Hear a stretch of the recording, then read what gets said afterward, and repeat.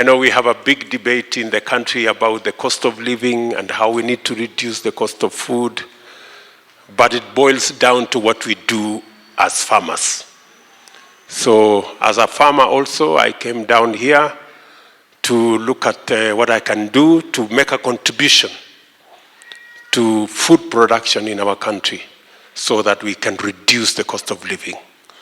And this year I have purposed that I want to do twice in terms of productivity in my farm so that I can make my small contribution to producing food in our nation and eventually to reduce the cost of living.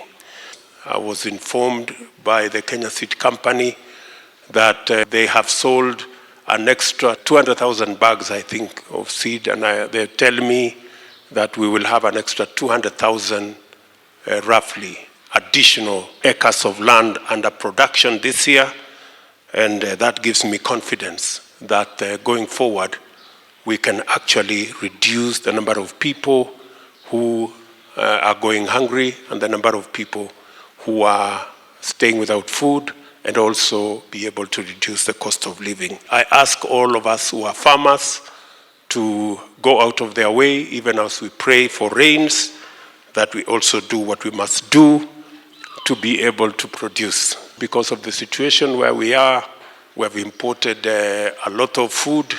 I think beginning this week, it will get to the market, but that is not the solution. The solution is really in making sure that we produce our food locally, because indeed we have the capacity to. We have a serious crisis of drug abuse in our nation. Parents, starting with myself, we need to look out for our children and the children of Kenya. There is a very, very big crisis. We're trying to do what we can do. I recently appointed a new board for NACADA. I'm working with all the other arms of government.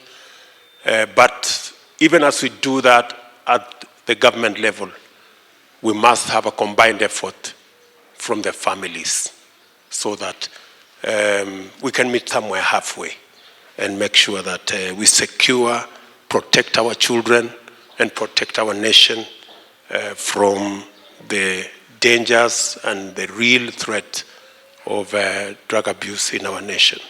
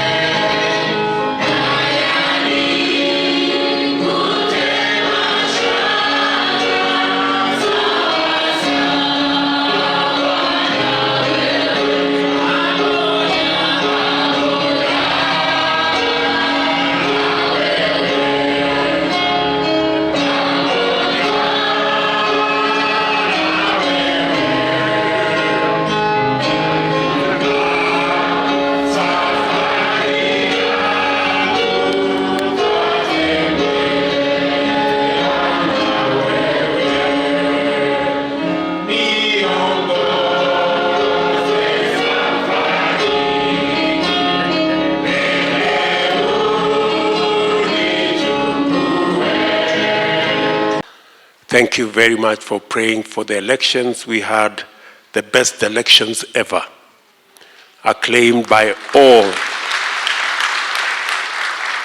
the people who participated in the elections, the observers who participated in the elections. These were the most credible elections ever held in Kenya. And we want to thank God for that season. Let me also thank you for praying for the government of Kenya and all the people who work with me and all the counties and everybody else. I remind you the words of that were read to us by Pastor Samuel in Galatians 6:9. Do not tire of doing good, for in due season you will reap a reward. So muendelee kufanya kazi hiyo nzuri ya kuombea taifa letu la Kenya na kuombea mambo yote ambayo tunayahitaji kama taifa na marafiki zetu wale wengine wote. Nataka tu niwakumbushe a few words in Philippians. When I was flipping through my Bible, I came across these words that were a blessing to me. And let me read Philippians 2 and verses 3 and 4.